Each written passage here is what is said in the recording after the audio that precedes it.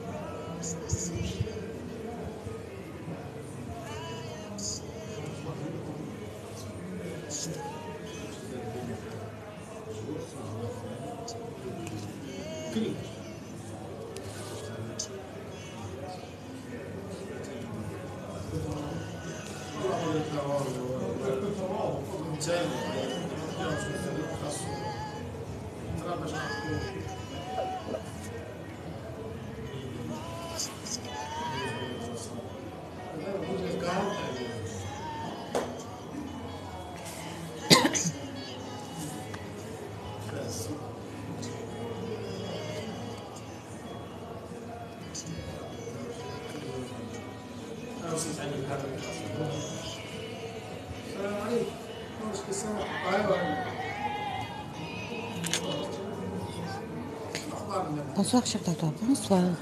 Bonsoir tout le monde, je suis docteur Asma Amdouni, je suis médecin généraliste marocaine. Ce soir on va parler d'un sujet très important, très utile si vous voulez, surtout pour les jeunes qui n'ont pas beaucoup d'expérience et de recul. On va parler de l'art de prendre une décision. Alors, est-ce que vous avez des choses à dire? Je vous donne la parole parce que moi, une fois que je prends la parole, sincèrement, je ne m'arrête pas. Alors, à vous la parole. Est-ce que vous avez des questions? Est-ce que vous avez des expériences à partager avec nous? Est-ce que vous avez une idée qui vous a traversé l'esprit qui est en rapport avec la prise? Est-ce que vous avez déjà pris une décision que vous avez regrettée? Est-ce que vous n'avez pas cette notion de regret? Est-ce que vous pensez que prendre une décision, c'est quelque chose de très simple qui ne nécessite pas une analyse, qui ne nécessite pas une éducation, qui ne nécessite pas un apprentissage? Alors, à vous la parole.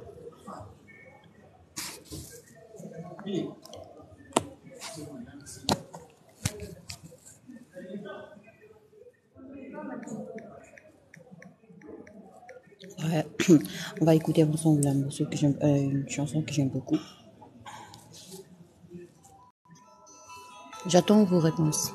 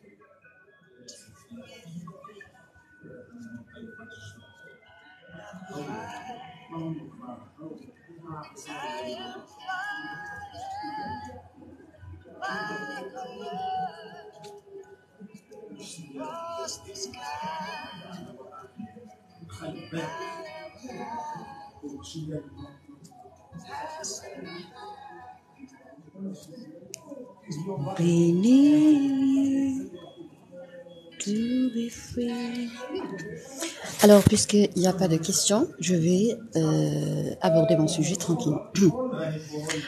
L'art de prendre une décision. Alors, ce que j'ai appris de ma formation médicale, de ma pratique quotidienne médicale et de ma vie personnelle et de petites recherches que je fais, c'est que il n'y a pas une prise de décision, il y a l'art de prendre une décision. Madame, par rapport aux relations entre filles et hommes, oui, d'accord. Vous voulez parler de comment prendre une décision par rapport aux relations hommes-femmes. Très bien, c'est une pertinente question. Est-ce que vous avez... donnez-moi juste le bout du fil que vous aimez analyser. Oui, exactement. Très bien. Alors, on va se concentrer, puisque vous êtes la seule personne qui a posé une question. Donc, on va se concentrer sur le sujet que vous avez choisi. C'est-à-dire, comment de découvrir l'art de prendre une décision quand il s'agit d'une relation entre femme et homme. Alors, entre une femme et un homme, il existe plusieurs types de relations. Il peut y avoir une relation mère-enfant, homme et sa sœur, homme et sa partenaire, homme et sa patronne, ok. Un homme et sa subordonnée, ok. Sa subordonnée. Écoutez, je veux juste avertir les gens que je suis en live et je reviens.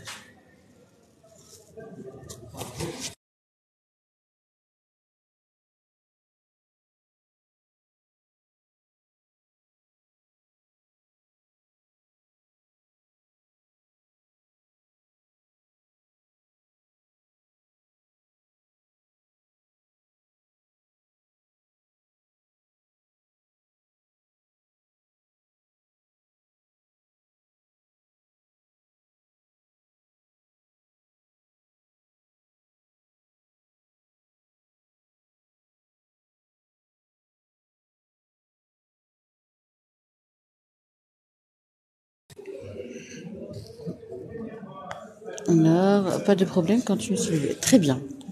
Alors, l'art de prendre une décision, on va se concentrer sur la relation entre un homme et une femme, une relation d'amour passionnel, une relation de sexe, une relation sexuelle, une relation d'attraction, une relation d'attirance, une relation de séduction. Ok, on va se concentrer sur ça. J'espère sans aucun... Non, non, ok, on va bien se concentrer sur ce type de relation. Alors, vous voulez prendre une décision tranquillement et sagement et ne pas regretter ultérieurement ou ne pas tomber dans des problèmes. Très bien. Alors, la première décision, ok, la première décision à prendre quand on veut être avec une femme, c'est d'apprendre que vous êtes dans une aventure. Ok. La première chose à laquelle il faut penser, c'est qu'il y aura toujours une fin. Il y aura toujours un terme. Toute relation va un jour se terminer. Ok. Il faut en être conscient, parce que même si tout va bien, même s'il n'y a pas de trahison, il y a ce qu'on appelle la mort. Alors la mort, c'est quelque chose qui nous sépare partiellement, parce qu'on ne peut pas séparer, on ne peut pas oublier. La mort ne peut pas, ou le décès, ne peut pas nous séparer de quelqu'un qu'on aime. Par exemple, on continue à aimer nos parents, même après leur décès. Si, par exemple, mon époux est décédé, alors il y aura toujours des souvenirs. D'accord? Donc, puisque dans ma tête, je sais très bien qu'un jour, je vais perdre mon époux, ou un jour, il va me perdre, alors qu'est-ce qu'on fait à ce moment-là? Il y a deux cas de figure. Il faut se préparer, il faut avoir une immunité.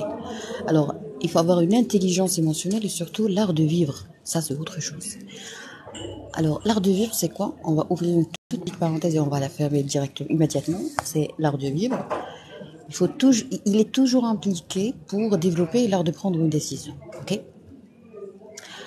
L'art de vivre, c'est quoi? C'est que je suis avec un mari, un homme, je vis avec lui. Qu'est-ce que je dois faire? Je dois arracher les bons moments. Je dois collecter les souvenirs. Je dois prendre des photos. D'accord? Je dois prendre des photos. Je dois prendre des preuves, des traces, de belles traces. Ok? Je me concentre sur les souvenirs. Imaginez des fois quand je vois des patientes qui vont pas bien, des fois je demande à la patiente de voir son album et vraiment ça lui permet de reprendre confiance en elle, de se sentir chanceuse et, et au contrôle, qu'est-ce que je découvre? Je découvre que la dame me dévoile des choses auxquelles elle n'avait jamais pensé. Par exemple, elle me dit, docteur, j'ai totalement oublié qu'un jour j'ai été heureuse. Alors quand j'ai vu mon album, j'ai remarqué que j'ai été chanceuse, que ce que vous avez dit était vrai, vous avez vraiment raison. Parce que dans la vie, il y a des hauts et il y a des bas. Mais malheureusement, on a tendance à se concentrer sur tout ce qui est mauvais, et ça c'est une culture. Hein. C'est une culture, c'est un programme. Walaikum salam. C'est une culture, c'est un programme, c'est un logiciel, c'est une application. Ça s'appelle la culture des misérables. J'aime beaucoup dire ça parce que vraiment la misère, c'est pas en rapport avec l'argent, non. La misère émotionnelle. Il y a des gens qui sont misérables. Pourquoi? Parce qu'ils ont grandi dans une atmosphère très très misérable et très pessimiste. Alors, qu'est-ce qu'il faut faire? Il faut essayer le maximum possible. C'est comme si vous allez prendre une brosse et vous allez essayer de nettoyer ou voilà, de nettoyer et de toute la poussière que vous avez sur votre cœur, tout le pessimisme. Vous allez devoir fournir un très grand effort sur vous, d'accord? Et après, vous aurez besoin d'apprendre à sélectionner les gens, à choisir les gens. Nous avons tout un live sur choisissez vos amis au lieu d'être choisis, ok? Alors, ça s'appelle l'art de vivre. Si tu as cet art de vivre, si tu es un bon vivant, si tu sais comment s'investir dans la vie, tu vas pas souffrir tu vas pas souffrir, ok? Comme une personne qui est concentrée uniquement sur la peur, sur comment amasser de l'argent, sur ne pas rater les opportunités. Je pense que ces gens-là ne savent pas vivre, ok?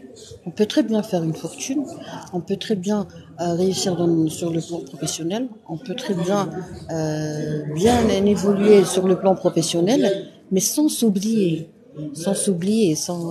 c'est-à-dire il suffit pas d'exister, on doit vivre, ok? Je vous promets qu'un jour on va travailler sur ça. Ok, très bien. Donc maintenant on va revenir à l'art de prendre une décision. Si tu es avec une femme, ok, dans une relation, pour prendre une décision, il faut savoir que premièrement, un jour vous allez perdre cette femme. Soit vous allez la perdre, soit elle va vous perdre, soit il y aura toujours une fin.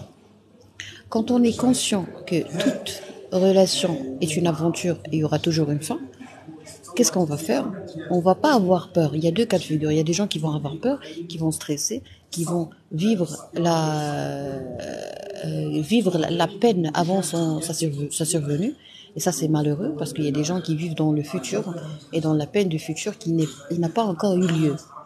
Il y a d'autres qui vont dire, puisqu'il y aura toujours une fin, donc j'en profite. Alors ces gens-là, ils ont une certaine dose bénéfique et optimale d'égoïsme, du bon égoïsme. C'est-à-dire, elle se dit, puisque je vais un jour mourir, je dois vivre ma vie. Puisque un jour je vais perdre mon partenaire, alors je vis ma vie. Ok, je profite. Et ainsi, même après le divorce, par exemple, moi, j'ai pas beaucoup le divorce, mais même après le divorce, tu vas pas regretter, tu vas pas pleurnicher, tu vas pas faire une crise, tu vas pas te suicider, tu vas pas déprimer, tu vas pas continuer à te plaindre tout le temps et à se victimiser, ok?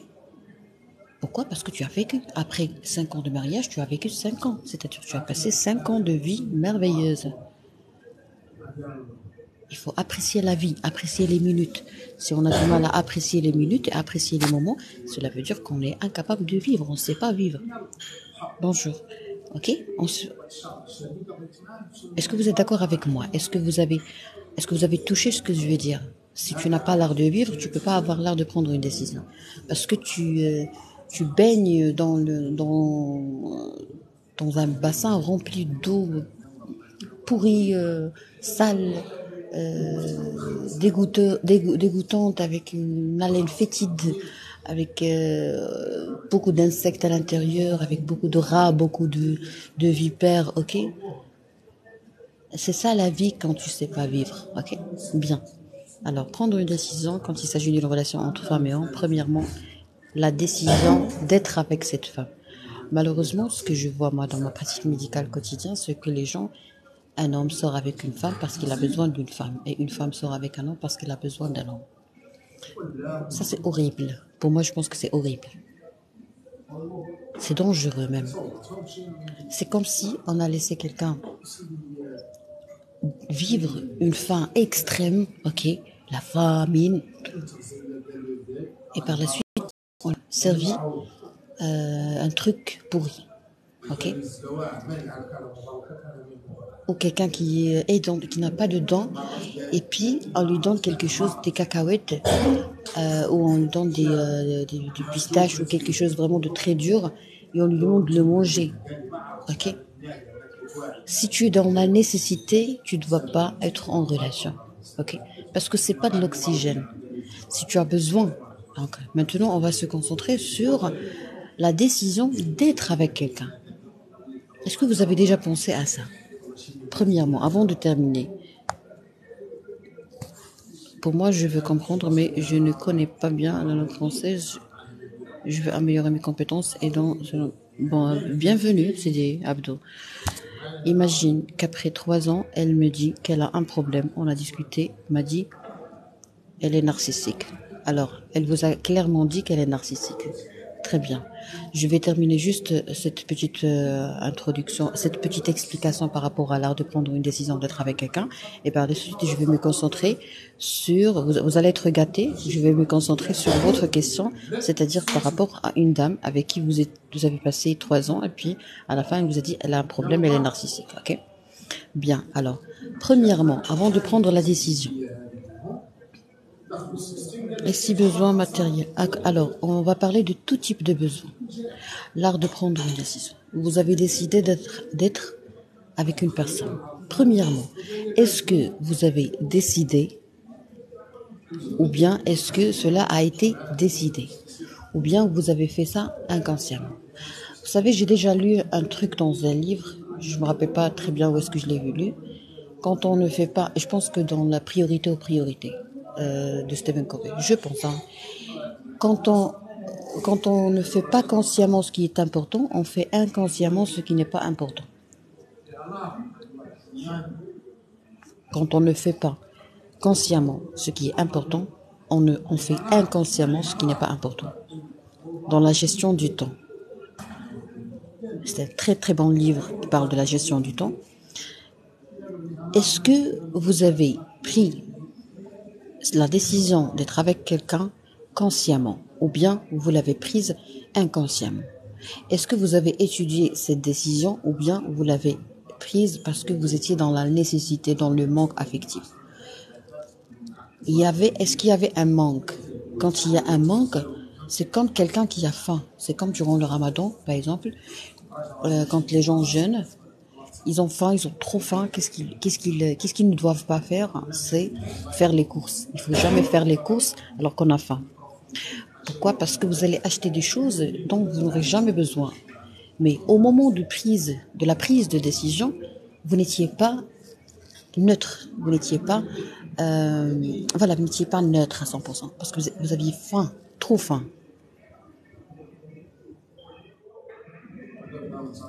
D'accord? Alors, vous êtes avec quelqu'un. Par exemple, vous, monsieur, vous avez passé 3 ans avec cette femme et après, elle vous a dit qu'elle est narcissique. Alors, est-ce que vous avez pris votre temps pour prendre la décision d'être avec cette femme? Est-ce que vous avez pris votre temps? C'est-à-dire, est-ce que vous l'avez connue aujourd'hui? Vous avez discuté avec elle une autre fois, sans aucun contrat, sans aucun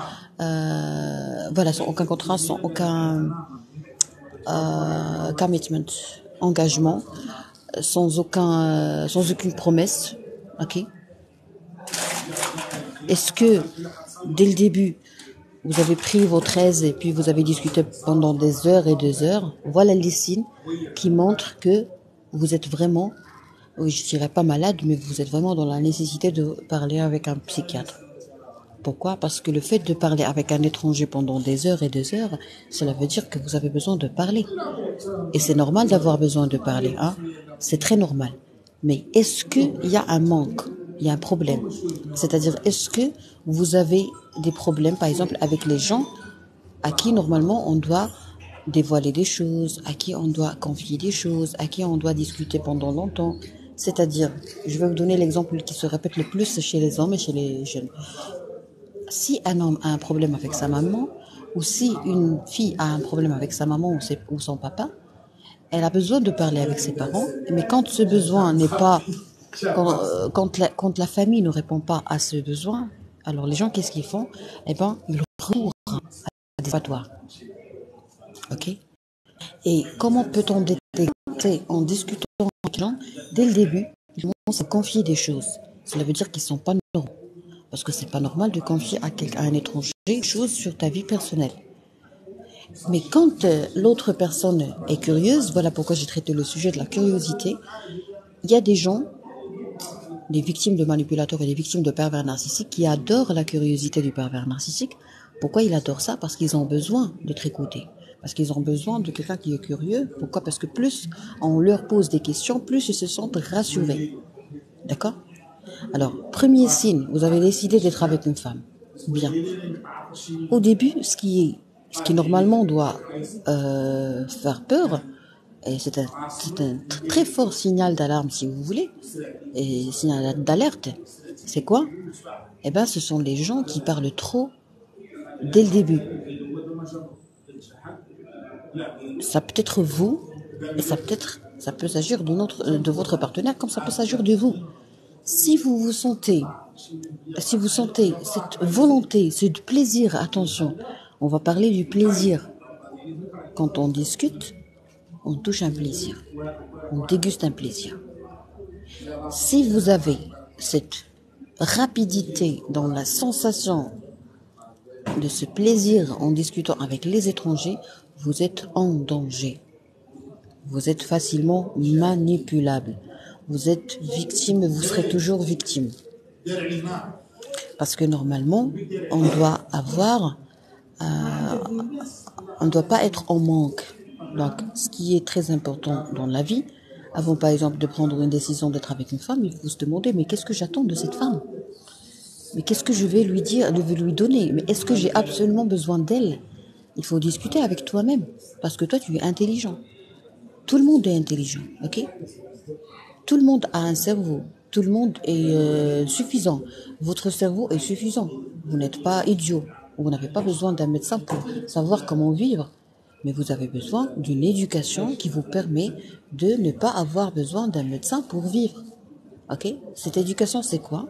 Cette éducation, c'est une éducation qui vous permet d'abord de connaître qui vous êtes, de respecter votre corps, de respecter votre âme, de respecter votre personne, de respecter votre ego, de respecter votre bulle. Mais si durant votre enfance, vous n'avez pas été respecté, vous n'allez jamais pouvoir vous respecter. Parce que vous allez croire que c'est de l'égoïsme. Ok? Vous allez croire que vous êtes égoïste. Je ne suis pas égoïste si je prends mon temps avant de répondre à quelqu'un. Je veux être avec toi, je veux sortir avec toi, je veux me marier avec toi. Ok, vous avez exprimé une demande. Très bien. Il faut qu'on soit clair. Il faut qu'on soit clair. Tu as présenté une demande. Je prends mon temps pour réfléchir. Même si je suis sûre à 36 000% que je vais dire non, eh ben, pourtant, je prends mon temps. Et si je prends mon temps que tu me déranges, cela veut dire que tu es malade. Si quelqu'un te dit « je veux me marier avec toi », ok, je vais penser. Si tu dis « réponds-moi rapidement », on répond par non, automatiquement. À chaque fois que quelqu'un vous pose une question, vous fait une proposition, vous présente une demande, vous allez prendre votre temps, vous allez demander un délai de réflexion. Ok? Même s'il s'agit juste d'une petite décision, c'est-à-dire est-ce qu'on peut sortir le soir, est-ce qu'on peut prendre un café? Écoute, je vais réfléchir et je te réponds dans 5 minutes. S'il exprime une insatisfaction parce que il n'accepte pas, il n'admet pas, il est insatisfait de ce délai, ok, ou de la demande de ce délai de réflexion, cela veut dire que pour lui, vous n'existez pas, vous n'avez pas de valeur, vous n'êtes rien, ok. Quand je dis à quelqu'un, attends, je vais réfléchir et je te réponds, quand il t'oblige ou quand il te pousse à répondre sans réflexion, cela veut dire que pour lui, vous n'existez pas, vous n'avez aucune valeur. Alors ça, c'est un signe qui est très important. Par exemple, lorsque vous avez pris la décision d'être avec quelqu'un, vous allez présenter votre demande et lui, il a tout le droit de bien réfléchir. Et si ce n'est pas lui qui revient vous chercher, cela veut dire qu'il ne veut pas de vous. Point. Donc là, il y a un autre chapitre qui est la dignité. Alors la dignité, je pense qu'on l'a déjà traité, on a parlé de l'indépendance sur les 3 plans. Indépendance affective, indépendance financière et indépendance intellectuelle. Si tu n'es pas indépendant sur les 3 plans, tu ne peux pas avoir de dignité. D'accord? On va fermer ça, un autre jour on pourra traiter ça. Alors on va revenir à l'audace, au courage, à la confiance en soi. Si tu n'es pas confiant, tu ne pourras pas dire à quelqu'un « je prends mon temps pour répondre ». D'accord? Très bien entendu. D'accord. On va essayer de traiter ça, c'est-à-dire demander un délai, c'est important parce que cela s'apprend à l'enfance, mais il faut savoir que nous tous, on est des bébés. À l'intérieur de nous, il y a un petit bébé, il y a un petit gamin, il y a un petit adolescent, il y a un petit adulte, il y a un petit mineur, ok? Alors, si on a raté des cours d'éducation, parce qu'il y a des cours d'éducation, ou si les cours nous ont été expliqués par quelqu'un qui ne sait pas comment éduquer, ça peut être des parents, des instituteurs, la société, ok? Alors, qu'est-ce qu'il faut faire? Il faut absolument évaluer notre éducation. Cela s'appelle quoi en médecine? Il faut évaluer notre système de croyance familiale ou notre système de croyance. Et qu'est-ce qu'il faut faire? Il faut avoir son propre système de croyance, c'est-à-dire sa propre philosophie, sa propre logique. Mais cela nécessite de la sagesse. Pourquoi? Parce que je ne dois pas mettre des lois et les regretter ultérieurement. Je dois prendre mon temps et je dois de temps à autre prendre mon café tout seul et développer ce qu'on appelle l'intelligence intrapersonnelle. Je prends mon agenda, je prends des feuilles blanches avec un stylo au bord de la mer, en plein verdure, dans un endroit que j'aime, dans un parc que j'aime, là où vous vous sentez à l'aise, et vous allez vous dire, je vais mettre mes lois. Je vais savoir, est-ce que moi j'existe? Est-ce qu'il y a moi? Est-ce qu'il y a moi? Elle est où ma personne? Ok? Où suis-je? De tout ce qui se passe dans le monde. Je suis avec un partenaire, il ne m'aime pas, il ne me respecte pas, il me respecte, il ne me respecte pas. Il profite de moi, il me dit je suis narcissique, il me dit machin, ok? Écoutez, je médite. Alors pour la méditation, je n'aime pas parler de ça parce que je respecte toutes les religions. Pour nous avons notre propre façon de faire la méditation. Je préfère ne pas parler de ça parce que vraiment ça nécessite tout live, ok? Parce que la méditation, il y a des gens qui font du yoga où on pratique des choses qu'on connaît pas, on dit des termes qu'on connaît pas. Vous savez, donc il faut vraiment que je respecte la religion de chacun, les croyances de chacun. Bonsoir tout le monde, je vais répondre à vos questions. Aïe aïe aïe, il y a trop de questions. Il y a ma tablette qui va s'éteindre bientôt.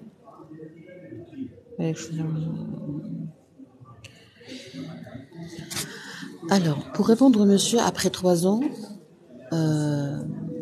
sa partenaire lui a dit qu'elle est narcissique. Alors, premièrement, quand quelqu'un vous dit quelque chose, il faut savoir que ça peut être vrai, comme ça peut ne pas être vrai. Elle peut être consciente de ce qu'elle dit, comme elle peut ne pas être consciente de ce qu'elle dit. Elle peut être honnête, comme elle peut être manipulatrice. Alors, quand elle a dit que je suis narcissique, cela n'a aucun sens. Ça veut dire, soit peut-être qu'elle n'est pas narcissique, elle veut juste vous quitter. Ok? Alors, qu'est-ce qu'il faut faire? Il faut absolument arrêter de mettre un diagnostic sans psychiatre. La seule façon de croire qu'elle est narcissique, c'est d'entendre ça de la part de son médecin psychiatre en présentiel. C'est-à-dire, vous devez l'accompagner à un psychiatre et c'est le psychiatre qui va vous dire est-ce qu'elle est narcissique ou pas. Si elle permet au psychiatre de dévoiler ce qu'elle a. Donc, premièrement, vous n'avez pas le droit de réfléchir. Si vous réfléchissez, vous allez brûler votre cerveau et vos neurones. Donc, premièrement, je ne pense pas à ce qu'elle a dit. Vous avez dit quelque chose, je veux une preuve. Point. C'est comme si quelqu'un vous a dit, je t'ai fait un virement, il t'envoie la capture d'écran du virement. Non, ça m'intéresse pas. Parce que tu peux annuler le virement. Ok? Tu peux m'envoyer la capture et annuler le virement depuis ton téléphone. Alors, la seule façon de s'assurer que tu as reçu l'argent, c'est de voir paraître l'action sur votre téléphone, okay? Sur votre application, sur votre compte. D'accord? Ou même toucher l'argent avec vos mains. Elle a dit qu'elle est narcissique, ok, on part chez le médecin. Point à la ligne. La notification. Même la notification, il y a des banques qui sont pas bien sécurisées. Je pense que vous avez su de quelle banque je parle. Alors, est-ce que vous êtes d'accord avec moi, monsieur? Elle a dit qu'elle a un problème de santé. Elle a dit qu'elle a un problème de santé psychique ou mentale, je sais pas, qu'elle est narcissique. Ben, c'est simple. Ok, ma chérie, il n'y a pas de problème. On part chez le médecin. On part directement au psychiatre. Pour gagner du temps. Ben, sinon, un médecin généraliste et par la suite un psychiatre. Déjà, vous validez 5 symptômes au moins pour être positif ou narcissique. Alors, moi, je pense que c'est interdit. C'est interdit de mettre le diagnostic de narcissique sans médecin psychiatre. Il est strictement interdit. Donc, pour que je reste professionnel dans mon live, il faut toujours dire aux gens quoi faire pour terminer mon live d'une façon professionnelle, si vous voulez. Est-ce que vous êtes d'accord avec moi? Pour le monsieur qui a posé la question, ben, c'est simple. Si vous réfléchissez, vous allez perdre la raison, vous allez vous déconcentrer. Voilà ce qui est vraiment très nocif pour la santé, c'est que on ne sait pas comment prendre une décision. Le fait de partir chez le psychiatre avec votre partenaire qui se dit ou qui se croit narcissique, hein, c'est simple. Je décide, je prends la décision ce soir. Elle a dit elle est narcissique, point, je pars chez le psychiatre. C'est le psychiatre ou le psychologue qui doit effectuer le test, pas une personne. Alors, le psychologue, il est capable de mettre le diagnostic, mais pour être honnête, il faut toujours passer par médecine générale et psychiatrie, parce que le psychiatre, c'est le chef de service. Il doit toujours, les psychiatres doivent être au courant, doivent connaître tous les malades du pays, ok? C'est-à-dire, le malade ne doit pas rester seul avec le psychologue. C'est très dangereux. Et puis, il doit toujours passer par la médecine générale parce qu'il y a des pathologies, il y a des cancers, il y a des insuffisances rénales, des insuffisances hépatiques, beaucoup de choses, que le psychologue n'a pas le droit de diagnostiquer, n'a pas le droit de demander un bilan et n'a pas le droit de donner un médicament. Alors, si on a un problème physique, ça peut retentir sur la psychologie des gens. Et des fois, on découvre des cancers, voire des lithiases vésiculaires, voire des insuffisances rénales, des hydronéphroses, à un stade très avancé parce que le patient est parti chez les psychologues sans passer à la station de médecine générale. Juste pour éviter le maximum possible le retard de diagnostic. Voilà pourquoi j'insiste sur ça. Bonsoir Yalala. Bonsoir Sidi. C'est beau tout ça. Elle veut pas accepter d'aller voir le psy parce que justement elle est... Non. Il n'a pas dit qu'elle est pas d'accord. Elle a juste dit que après 3 ans, elle lui a dit, elle lui a confié qu'un truc comme quoi elle est narcissique. J'ai une petite question, je veux votre éclairage sur comment sélectionner les gens. Alors, sélectionner les gens, c'est quelque chose que je continue à apprendre, à faire. C'est trop difficile. Mais sinon, aujourd'hui, on a évoqué un truc très important, c'est apprendre à vivre. C'est-à-dire, on vit en continuant à apprendre, on vit en même temps. Comme ça, si on meurt, on aurait déjà vécu des moments de plaisir, des moments joyeux. Vous voyez, il faut apprendre à vivre et ne pas différer la joie, ne pas différer la vie. Merci. Dans tous les cas, un psychologue n'inscrit pas de médicaments. Bravo. Bravo. Dans tous les cas, le psychologue ne prescrit pas des médicaments pour nous faire le grand ménage du cerveau. Le psychologue est là pour nous faire le grand ménage du cœur. Il est là pour classer. Il est là pour mettre en ordre tout le désarroi que nous avons dans le cerveau, dans le cœur. Ok? On est une équipe. On travaille en équipe avec les psychologues, médecins généralistes et médecins psychiatres. Mais les coachs, ils font du n'importe quoi. Hein? Excusez-moi pour le dire, mais les coachs, vous devez avoir de la confiance en soi. Vous parlez toujours de la confiance en soi, mais vous devez avoir de la confiance en soi. C'est-à-dire, toi, tu montres à tout le monde comment réussir sa vie, mais vous avez raté votre vie. Parce que vous faites du coaching. Pourquoi vous n'avez pas fait la psychologie? Pourquoi vous n'avez pas étudié la psychologie? C'est merveilleux d'être psychologue. Au lieu d'être un coach qui a étudié 6 mois. Mon Dieu, mais c'est grave.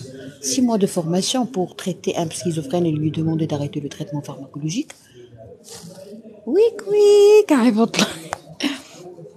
Vivre et laisser vivre les gens. Aïe, aïe, j'ai trop aimé ça. Vivre et laisser vivre les gens. Parce que le psychologue n'a pas les compétences ni la formation d'un médecin. Bravo. Un psychologue pourrait aider quand il s'agit d'un traitement thérapeutique. Voilà. Donc, le psychologue, qu'est-ce qu'il fait? Il travaille en équipe avec son psychiatre, avec le psychiatre, et ils font de très bons travail. Alors, c'est une équipe merveilleuse, ok? Mais dès que ça touche la biochimie du cerveau, faut un médecin. Bravo. Donc nous, pour être à l'aise, qu'est-ce qu'on fait? On commence par la médecine générale. On a des cahiers de santé qu'on remplit. Il faut demander le bilan quand il est nécessaire. Il faut pratiquer la médecine générale. Si vous voulez, on peut faire une petite séance de médecine générale et psychologie. Comme ça, s'il y a des psychologues qui me suivent, ils vont pouvoir découvrir de nouvelles choses, de belles choses. Et moi, j'aime beaucoup le travail collectif parce que ça donne des résultats merveilleux. Nous-mêmes, les médecins, on voit des psychologues. C'est important. Parce que pour pouvoir se libérer, se débarrasser de toute l'énergie négative qu'on absorbe des patients, on a absolument besoin de voir un psychologue. OK?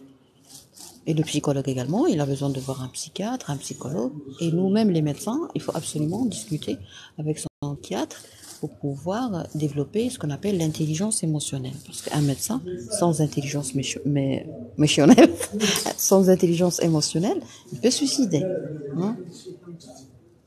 Et aussi, un psychologue est un bon consultant. Oui, oui.